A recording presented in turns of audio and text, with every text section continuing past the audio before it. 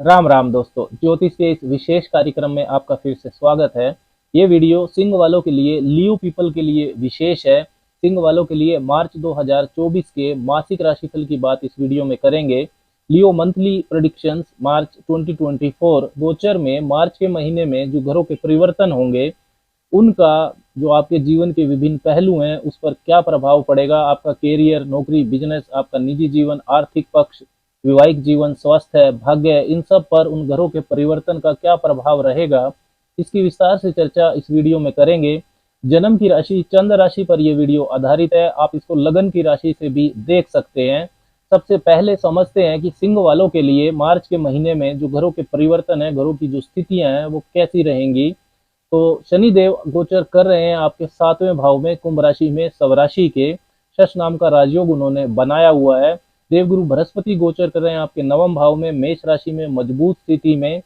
और राहु गोचर कर रहे हैं आपके 8वें भाव में, और केतु गोचर कर रहे हैं आपके दूसरे भाव में, कन्या राशि में। आपकी राशि के स्वामी सूर्य की स्थिति को समझे तो सूर्य 13 तारीख तक शनि के साथ आपके 7वें भाव में रहने वाले हैं, कुंभ राशि में।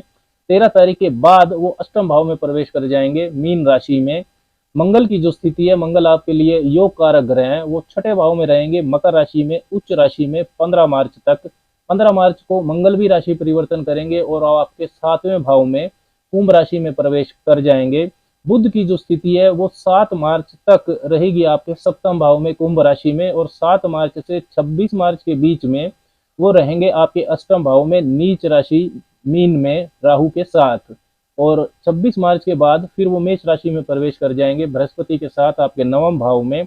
शुक्र की जो स्थिति है वो 7 मार्च तक रहेगी आपके 6ठे भाव में, मंगल के साथ। और 7 मार्च को शुक्र भी राशि परिवर्तन करेंगे और आपके 7वें भाव में, कुंभ राशि में आ जाएंगे। तो अब बात करते हैं परिणाम की कि इन ग्रहों की स्थितियों से क्या संकेत मिलते हैं। सबसे पहले बात करते हैं आपकी हेल्थ की, स्वास्थ्य की। तो उसकी जानकारी देगा पहला भाव और पहले भाव का स्वामी। तो आपकी राशि के पहले भाव के जो स्वामी बनते हैं सूर्य, वो 7वें भाव में रहने वाले हैं, कुंभ राशि में 13 तारीख तक, जहां से सूर्य की जो 7वीं स्वग्रही दृष्टि है वो आपके पहले भाव पर रहेगी। तो अगर भाव का स्वामी भाव को देखता है तो उसकी वृद्धि होती है, तो स्वास्थ्य बेहतर रहेगा आपका 13 मार्च तक।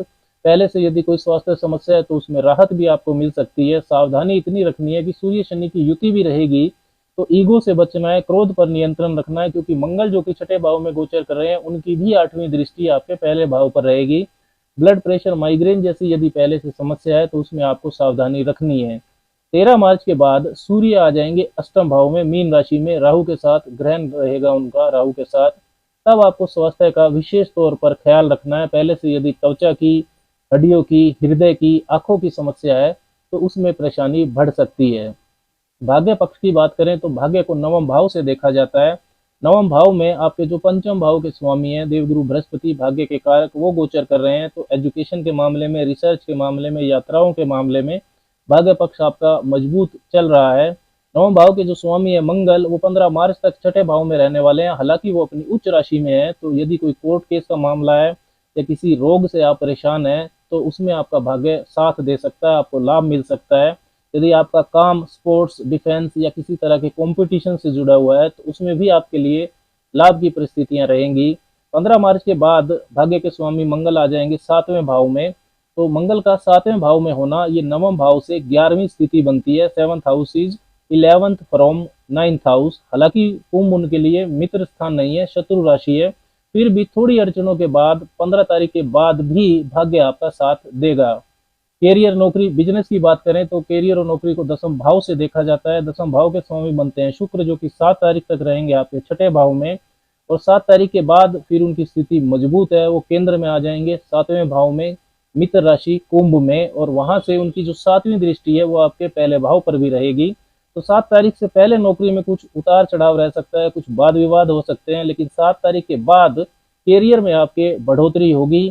कार्य से आपकी जो इमेज है उसमें सुधार होगा, काम में अनुशासन रहेगा, क्योंकि शुक्र शनि की युति भी बन रही है।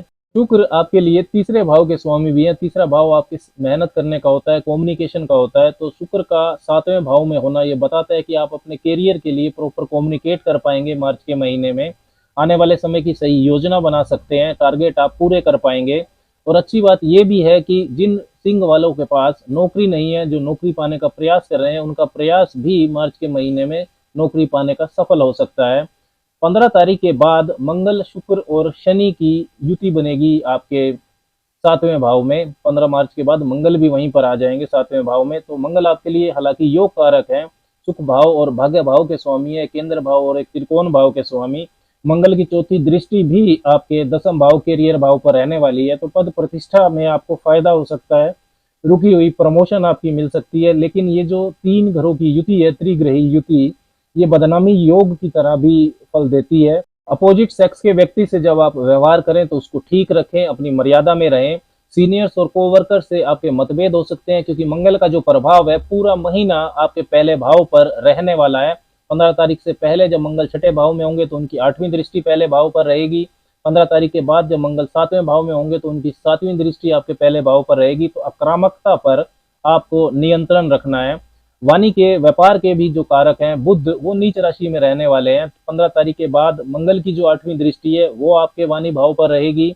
और 13 तारीख के बाद सूर्य जब अष्टम भाव में होंगे तो उनकी भी 7वीं दृष्टि आपके दूसरे भाव पर होगी। दूसरा भाव वाणी का होता है, वहां पर केतु पहले से ही गोचर कर रहे हैं। तो वाणी का शब्दों के चयन पर मतलब आपको फोकस करना है, उनको आपको ध्यान रखना है, नहीं तो परिवार से संबंधित या वर्क प्लेस पर वाद विवाद में ही आप उलझे रहेंगे। व्यापार बिजनेस की बात करें तो उसे 7वें भाव से देखा जाता है। 7वें भाव के स्वामी बनते हैं शनिदेव, जो कि 7वें भाव में ही है। अपनी मूल त्रिकोण राशि कुंभ में शश नाम का राजयोग उन्होंने बनाया हुआ है। शुक्र शनि का योग भी रहेगा मार्च के महीने में। और 15 तारीख के बाद आपके लिए जो योग कारक ग्रह हैं, मंगल भी आ जाएंगे 7वें भाव में। तो व्यापार के लिए इन जनरल महीना अच्छा है। अगर आपका व्यापार रियल एस्टेट, कंस्ट्रक्शन, लोहा, मशीनरी, इंस्ट्रूमेंट्स, मेटल्स, हॉस्पिटैलिटी का सेक्टर, इनसे जुड़ा हुआ है तो आपको विशेष लाभ हो सकता है। लेकिन पार्टनरशिप्स में, नई बिजनेस डील्स में ईगो और अहंकार को आपको कम रखना है। वाणी पर जैसे मैंने पहले बताया बुध भी नीच के हैं, व्यापार के कारक भी हैं वो, तो वाणी का पर आपको ध्यान देना है।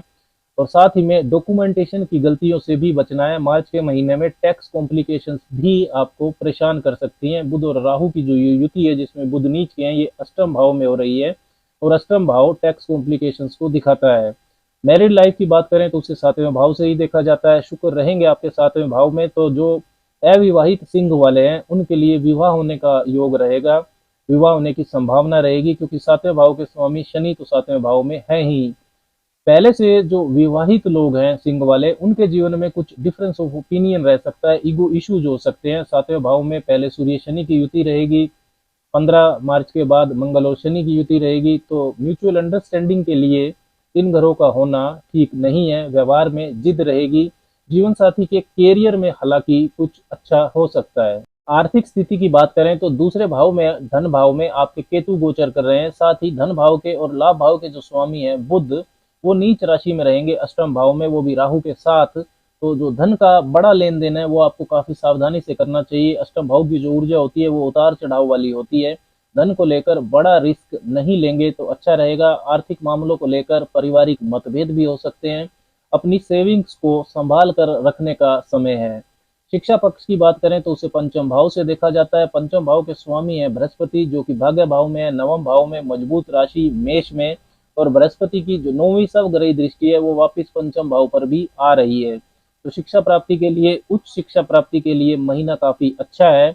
हालांकि बुध नीच राशि के जरूर हैं अष्टम भाव में राहु के साथ, लेकिन अष्टम भाव रिसर्च के स्टफ को भी दिखाता है। तो यदि आपका जो एजुकेशन है वो रिसर्च स्टफ से जुड़ी हुई है, टेक्नोलॉजी से जुड़ी हुई है, या कल्ट, तंत्र मंत्र, मिस्टिसिज्म से जुड़ी हुई है, तो आपको लाभ हो सकता है। पंचम भाव से लव रिलेशंस को भी देखा जाता है। तो बृहस्पति हालांकि जो पंचम भाव के स्वामी हैं वो अच्छे हैं, लेकिन जो कारक शुक्र हैं उनकी स्थिति मंगल शनि से प्रभावित है मार्च के महीने में। तो कंफ्यूजन हो सकते हैं, मिसअंडरस्टैंडिंग हो सकती है। अब बात करते हैं विशेष उपायों की कि सिंह वालों को क्या विशेष उपाय मार्च के महीने में करने चाहिए। हर रोज 10-15 मिनट गायत्री मंत्र जपना आपके लिए बहुत शुभ है। हर रोज 3 बार हनुमान चालीसा का पाठ भी आपको करना चाहिए। पक्षियों को दाना पानी डालना चाहिए और शुक्रवार को सफेद चीज का दान भी आपको करना चाहिए। राम राम।